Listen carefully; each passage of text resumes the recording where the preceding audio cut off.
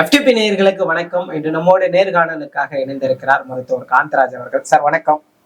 தமிழ்நாடு முதலமைச்சர் அவர்கள் பசும்பொன் செல்கிறார் அக்டோபர் 30. முத்துராமலிங்க தேவராயா அவர்களுடைய அந்த குரு பூஜையில் கலந்து கொள்ள இருக்கிறார்னு செய்திகள் வருது. இது எப்படி சார் பாக்குறீங்க? இல்ல எடப்பாடி பழனிசாமி அவர்கள் திடீர் தேவ பாசத்தை காட்டுகிறார்னா விமர்சனம் வைத்தாங்க. இப்போ அவருக்கு பாரத ரத்னா கொடுக்கணும், விமான நிலையத்துக்கு பேர் வைக்கணும்லாம் சொல்லும் பொழுது தமிழ்நாடு முதலமைச்சர் போறது அதுவும் அரசியலாகத்தான் பார்க்கப்படுமோ என்ற ஒரு பார்வை. தேவர் சமாதிக்கு போறதே அரசியல் தாங்க. அது இன்னைக்கு நேரத்தில் இல்லை.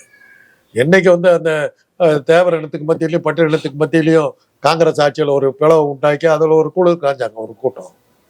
தேவருக்கு வைத்தியம் பண்ண முடியாது கொண்டாங்கல்ல, அது தெரியுமில்ல உங்களுக்கு. 2 கிட்னியும் ஃபெயிலியர் ஆயிடுச்சு, ஜெயில இருக்காரு. காமராஜர் ஆட்சி மருத்துவத்துக்கார அனுமதிக்கல, ஜெயில தான் இருந்தார். அவர் எப்படின்னா தேர்தலில் அவர் நாமினேஷன் போட்டுருவார், அவ்வளவுதான். தொகுதிக்கு போக மாட்டார். ஏத்தனைக்கு ஒரு 10,000 டெபாசிட் போகும். பிரச்சாரம் பண்ணாமலே வெற்றி போனதே கிடையாது. எம்ஜிஆர் தானே சார் சொல்லுங்க. அதான் எம்ஜிஆர் ஃபாலோ பண்ணார். எம்ஜிஆர் என்ன பண்ணாருன்னா, சிவாஜி தேவரணத்தை சேர்ந்தவர். ஓகே. இவரு நம்ம மாநிலத்துக்கே சம்பந்தம் இல்லாத ஒரு மலையாளி. தேவர் இறந்த உடனே நேரா போய் சமாதியில் நின்றார். இந்த சிவாஜிக்கு அந்த சாமர்த்தியம் புரியல. அதனாலதான் தேவர் மக்கள்ல எம்ஜிஆர் வந்தாரு, சிவாஜி நம்ம ஜாதியா இருந்தாலும் வரலங்கிற கோவம் சிவாஜி மேல இருந்தது. இல்லாட்டி போல சிவாஜி பெருசா வந்திருக்க வேண்டிய ஆள். அதைத்தான் எஸ் வி சுப்பையாங்கிற நடிகர் அவர் சொன்னார். எங்க ஜாதிக்காரனையே தேவர கூட்டத்துக்கு போக விடாம தடுத்த அளவுக்கு புத்திசாலி இந்த ஆளு அப்படின்னாரு. உடனே என்ன பண்ணார் தெரியுமில்ல, எஸ் வி சுப்பையா பெரிய நடிகர். அந்த விழா அவருடைய பேச்சு கொஞ்சம் பெருசா எடுபட்டுச்சுன்னா மாட்டிக்கோன்னு சொல்லி இதயகனி படத்துல எஸ் வி சுப்பையாவுக்கு பெரிய ரோலை கொடுத்து என்னை வச்சு படம் எடுங்க, நான் நடிச்சு கொடுக்குறேன்லாம் போட்டு எம்ஜிஆர் சமாதானப்படுத்திக்கிட்டார். அப்படியெல்லாம் நின்னார். அதே டெக்னிக் வச்சுதான் தேவர் இனத்த மக்கள் அந்த விசுவாசத்துல தான் அவர் அருப்புக்கோட்டையில் நின்ன போது அவர் தேர்தல் பிரச்சாரத்துக்கு போகவே இல்லை. தேவர் அளவுக்கு நான் பெரிய ஆளுன்னு காட்ட பார்த்தார். ஆனா அது ஒரு எலெக்ஷன் தான். அதுக்கப்புறம்லாம் அது போய் தடுமாறி தான் ஜெயிச்சார். உடம்பு சரியில்லாம் படுத்தாரு, இது அப்படியெல்லாம் படுத்து தான் ஜெயிச்சார். அனுதாபத்துல தான் ஜெயிச்சார். கலைஞர் அந்த கலைக்காம இருந்திருந்தாக்க செகண்ட் எலெக்ஷன்ல அவர் தோத்து போயிருப்பார். தேவையில்லாம கலைச்சு அதை அனுதாபத்தை உண்டாக்கி அவரை ஜெயிக்க வச்சார். கலைஞர் ஒரு ராஜதந்திரத்தை தோல்வி அடைஞ்ச அந்த விஷயத்துல தான் எவ்வளவோ சொன்னாங்க. தோக்கடிச்சாக்க அவர் மேல அனுதாபம் வரும். கேட்கல. அவர் தன்னை டிஸ்மிஸ் பண்ணார். டிஸ்மிஸ் பண்ணி வைப்பேன் அப்படின்னு பழகிட்டார். அதில் தோத்தார். இல்லாட்டி போனா அந்த செகண்ட் டைம் நின்றும் போது கண்டிப்பா எம்ஜிஆர் இறங்கிக்கிட்டே போச்சு. படிப்படியா ஓட்டுகள் இறங்கும். கடைசியா உடம்பு சரியில்லாம அமெரிக்காவில் படுத்தாருங்கிறதுல தான் தப்பிச்சார். இந்திரா காந்தி வேற துப்பாக்கி கொல்லப்பட்டார். 2 சேர்ந்து அதானே சொன்னாங்க, நோவையும் சாவியும் பார்த்தா ஓட்டு போட்டாங்க.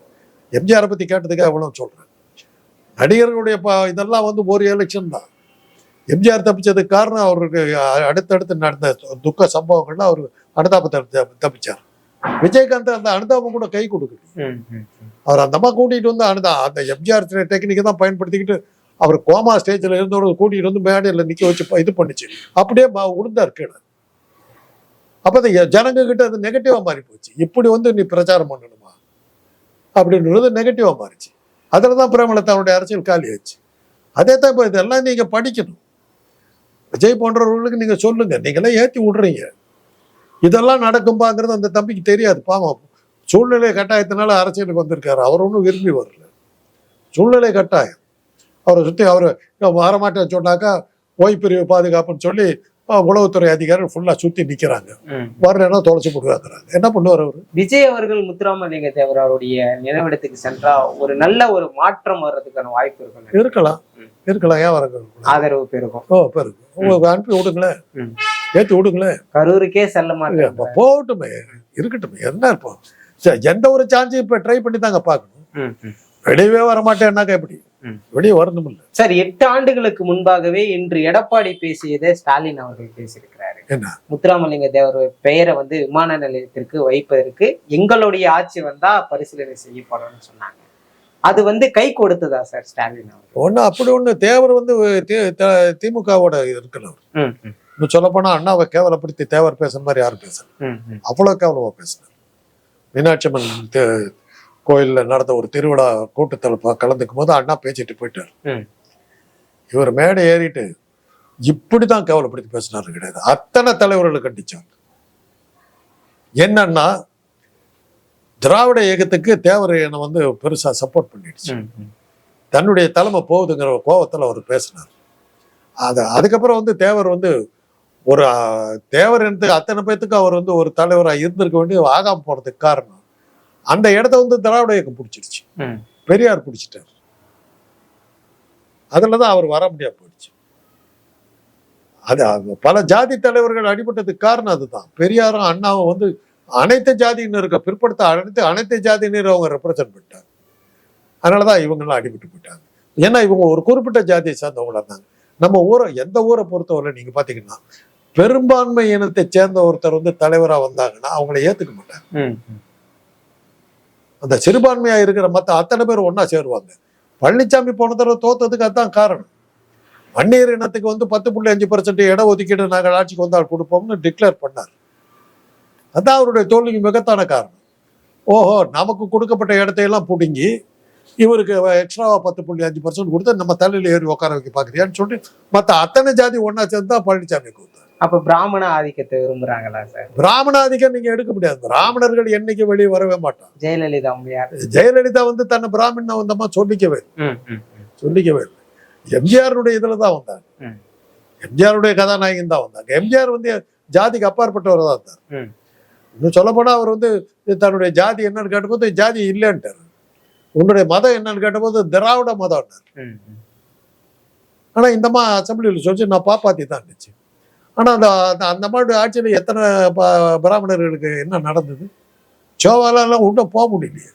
காரணம் என்னன்னா அன்னைக்கு சசிகலாங்கிற ஒரு முக்குளத்தை சேர்ந்த ஒரு பெண் வந்து கேடயமா நின்று ஜெயலலிதாவை அந்த 3%காரங்க பயன்படுத்த விடாம தடுத்துருச்சு. அதனால தானே சசிகலா கொலகாரி குற்றவாளி அப்படின்னு எல்லாம் அந்த 3%காரங்க ஆத்திரம் தீர எழுதி முடிச்சுக்கிட்டாங்க. ஒன்றும் பண்ண முடியல. ஜெயலலிதாங்கிற ஒரு பாப்பாத்தி வந்து அவங்களுக்கு லாபம் கிடைக்கல. இன்னும் சொல்ல போனா அவங்க ஆட்சியில தான் பார்ப்பன இனத்தினுடைய தலைமை பீடம்னு சொல்லப்பட்ட காஞ்சி மடம் சுத்தமா தூளா உடைக்கப்பட்டது ஜெயலலிதா ஆட்சியில தான். அந்த ஆளை உள்ளே தள்ளிச்சு. அதுக்கு பிறகு தான் தெரிஞ்சது இதுக்கு கலைஞரை பரவாயில்ல. சமூக நீதிக்கான கட்சின்னு திமுகவை வந்து அடையாளப்படுத்துவாங்க. ஆனா இதற்கு முன்பாக ஆட்சிக்கு வந்தா முத்துராமலிங்க தேவர் பெயரை வைப்போம்னு ஸ்டாலின் அவர்கள் சொல்றாரு. ஆனா நாடாளுமன்றத்துல அமைச்சரே என்ன சொல்றாருன்னா தமிழ்நாடு அரசு சார்பா எந்த ஒரு முன்மொழிவும் வரல, வந்திருந்தா அதுக்கான பரிசீலனையை நாங்க அவங்களுக்கு வழக்கமா இதை தான் பதில் சொல்லுவாங்க.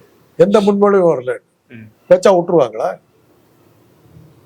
இப்போ வாஞ்சிநாத பேரை வந்து மணியாச்சி ஸ்டேஷனுக்கு வைக்கணும்னு சொன்னாங்க. வாஞ்சிநாதனுடைய இது வேற, அதை பத்தி பேச வேணாம். வாஞ்சிநாதன் பண்ணது இந்துத்துவ காரணத்துக்காக தான் அவன் பண்ணான். இன்னும் சொல்ல போனா அந்த ஊருக்கு போனீங்கன்னா வாஞ்சிநாதன் எப்பேற்பட்ட ஆளுங்கிறது தெரிய வரும். இது இவங்க 3%காரருக்கு அவனை பெரிய சுதந்திர போராட்ட தியாகி மாதிரி காட்டி விட்டானுங்க. அது வேற விஷயம். அப்போ இந்திரா காந்தி கிளீனா சொல்லிட்டாங்க, இந்த சின்ன சின்ன விஷயங்களுக்கெல்லாம் ரயில்வே ஸ்டேஷன் பேர் அமர்த்த முடியாதுன்னு போட்டு மணியாச்சி ஸ்டேஷன் இருக்கும், கீழே வாஞ்சிநாதன் கொல்லப்பட்ட இடம் அப்படின்னு கீழே ஒரு லைன் எழுதி முடிச்சுட்டாங்க. அவ்வளவுதான் கொடுக்க முடியும். இப்போ அண்ணா பேரையும் காமராஜர் பேரையும் சென்னை விமான நிலையத்துக்கு வச்சிருக்காங்க. இப்போ சர்வதேச விமான இன்டர்நேஷனல் ஏர்போர்ட்டுக்கு வந்து அண்ணா பேர், இது லோக்கல் விமான நிலையத்துக்கு வந்து காமராஜர் பேர். நீங்கள் ஃப்ளைட்டில் போங்க, we are now landing at Kamarajar ஏர்போர்ட்னு சொல்றது இல்லை, we are now landing at Anna airport சென்னைன்னு சொல்றது இல்லை. சென்னை ஏர்போர்ட் தான். நீங்க என்ன பேர் வச்சாலும் அவங்க அதை அக்செப்ட் பண்ணல. ஆனா புரட்சி தலைவர் எம்ஜிஆர் ரயில் நிலையம் எத்தனை பேர் சென்ட்ரல் ஸ்டேஷன் போறாங்களா இல்ல வாய் இதாகி போட்டுங்க. அவரா கட்டினார். ஒரு பாலம் கட்ட விடாம தடுத்து ஜெயலலிதா கட்டி முடிக்கும் போது இவங்க ஆட்சிக்கு வந்தாங்க எம்ஜிஆர் பாலம் பேர் வச்சுக்கிட்டாங்க. எம்ஜிஆருக்கு அதுக்கு என்ன சம்பந்தம்? கோயம்பேடு பஸ் ஸ்டாண்டு, எம்ஜிஆருக்கு அதுக்கு என்ன சம்பந்தம்? இவங்க பேர் வச்சுக்கிட்டாங்க. எத்தனை பேர் எம்ஜிஆர் கோயம்பேடுன்னு சொல்லிட்டு இருக்காங்க. சென்ட்ரல் ஸ்டேஷன் தான். அதுக்கெல்லாம் நீங்க பேரை மாத்ததுனால வந்துடாது, வாயில வந்துடாது. அப்படிதாங்க ஒவ்வொரு மாவட்டத்துக்கும் பேர் வச்சாங்க. பசும்பொன் மாவட்டம், இந்த மாவட்டம், மனோன்மணி சுந்தரனார் மாவட்டம் அப்படின்லாம் பேர் வச்சாங்க. நிக்கலையே கடைசியில். அப்புறம் கடைசியில் இப்போ பெரியார் மாவட்டம்லாம் வச்சாங்க, நிக்கலையே. கடைசியில் பழைய பேர்களுக்கு போயிட்டாங்க. மக்களே ஏற்றுக்குது. எத்தனை பேருக்கு தெரியும் அந்த சென்ட்ரல் ஸ்டேஷனுக்கு எம்ஜிஆர் பேர் இருக்குதுங்கிறது? சொல்லி முடிக்கிறதுக்கு ட்ரெயின் போயிடும். புரட்சி தலைவர் டாக்டர் எம்ஜி ராமச்சந்திரன் சென்ட்ரல் ஸ்டேஷனுக்கு போறேன்னு போய் ட்ரெயின் போயிட்டு இருக்கு. ஆசையை வச்சுக்கலாம், பேர் வச்சுக்கிட்டோன்னு சொல்லிக்கலாம். சிரிப்பான் பாக்குறோம். எம்ஜிஆர் இருக்கிறதுக்கு என்னையா சம்பந்தம்? சார், என்னதான் எடப்பாடி அவர்கள் முத்துராமலிங்க தேவர் அவர் பெயரை பயன்படுத்துவது விமர்சனமாக்கினாலும் கூட தெருக்களில் உள்ள சாதி பெயரை திமுக நீக்கணும்னு இந்த திராவிட மாடல் அரசு முன்மொழியுது. அடுத்த நாளே ஜிடி நாயுடு அவர்கள் பெயர்ல மேம்பாலம் திறக்கிறாங்க. இதுவுமே வந்து அரசியலாக்க தானே பயன்படுத்திக்கிறாங்கன்றாங்க. அதே ஜிடி நாயுடு பேர் வந்து அவர் பேரே வந்து நாயுடுன்னு தான் ரெக்கார்ட் பண்ணிக்கிட்டு, அதை நீங்க ஒன்றும் பண்ண முடியாது. சென்னை பல்கலைக்கழகத்தினுடைய துணைவேந்தர் வந்து ஏஎல் முதலியார் தான், லட்சுமணசாமி முதலியார் தான் அவர் பேர். அவர் தன்னுடைய பேரை வந்து ஏஎல் முதலியார் மாத்திக்கிட்டார். அதான் முதலியாருங்கிற பேர்ல அதை அந்த பேரை முதலியாருங்கிற பேரை வச்சுக்கிட்டு நீங்க எப்படி மாத்த முடியும்? துரைசாமி நாயுடுங்கிற பேர் உங்களுக்கு தெரியுமா? துரைசாமி நாயுடு பாலன்னு வச்சாக்கா எல்லாம் ஊர்ல வாழையில வைக்கிற ஒரு போல் இருக்குன்னு வச்சுக்கிட்டு இருக்கோம். ஜிடி நாயுடுங்கிற பேர்ல தான் அவரை தெரியும். அவர் பேரத்தன் பேரை அப்படித்தான் இது பண்ணிக்கிட்டார். அதனால ரெஜிஸ்டர் பண்ணிட்டு தான் அந்த பேர்ல தான் ரெஜிஸ்டர் பண்ணிட்டார். என்ன பேர்ல ரெஜிஸ்டர் பண்ணிட்டு அந்த பேர் தான் வைக்க முடியும். முத்துராமலிங்க தேவர் வந்து எத்தனை பேருக்கு முத்துராமலிங்க தேவர்னு தெரியும்? பசும்பொன் தேவர் தான், பசும்பொன்ற பேர்ல தான் அவர் தெரியும். அதனால நேதாஜியினுடைய ஒரிஜினல் பேர் யாருக்காவது தெரியுமா? சுபாஷ் சந்திர போஸ்ங்கிறது யாருக்காவது தெரியுமா? நேதாஜின்னு தான் எல்லாத்துக்கும் தெரியும். விவேகானந்தர் பேர் யாரு எத்தனை பேருக்கு தெரியும்? நரேந்திரன்ற பேர் யாருக்கு தெரியும்? விவேகானந்தர் பேர்ல தான் அவர் அறியப்பட்டார். அந்த பேர் எப்படியா வைக்கலாம்னு கேட்க முடியாது. நரேந்திர தாமோதர் தாஸ் மோடிங்கிறது யாரும் தெரியுமா உங்களுக்கு? அந்த தாமோதர் தாஸ் அப்படியே போயிடுச்சு. நரேந்திர மோடி ஜாதி பேர் வச்சுக்கிட்டு இருக்காரு. நரேந்திரன் கூப்பிட முடியுமா அவரை? மோடிங்கிறது ஜாதி பேர். இதெல்லாம் என்ன பண்ண முடியும்? பண்டிட் ஜவஹர்லால் நேருன்னு வச்சாங்க. பண்டிட்டுங்கிறது வந்து அவங்க ஜாதியை குறிக்கிற பேர். பண்டித மோதிலால் நேரு, பண்டித ஜவஹர்லால் நேரு ஜாதி பேரை வச்சுட்டு தான் நின்னாங்க. சுபாஷ் சந்திர போஸ் வந்து போஸுங்கிறது வந்து ஜாதி பேர். இதெல்லாம் தவிர்க்க முடியாது. பேர் அந்த பேர்ல ரெஜிஸ்டர் பண்ணிக்கிறது வந்து அந்த பேர்ல தான் வைக்க முடியும். ஆனா இதுல நான் இன்னொரு கருத்து என்ன சொல்ல வரேன்னா, ஜாதி பெயர்களை தெருக்களுக்கு வைக்க கூடாதுங்கிறது வந்து ஏற்கனவே இருக்குது. அதனுடைய விளைவுதான் டிடி கிருஷ்ணமாச்சாரிய ரோடுனா டிடி கிருஷ்ணமா ரோடுன்ற பேரெல்லாம் வச்சதுக்கு காரணம் தான்.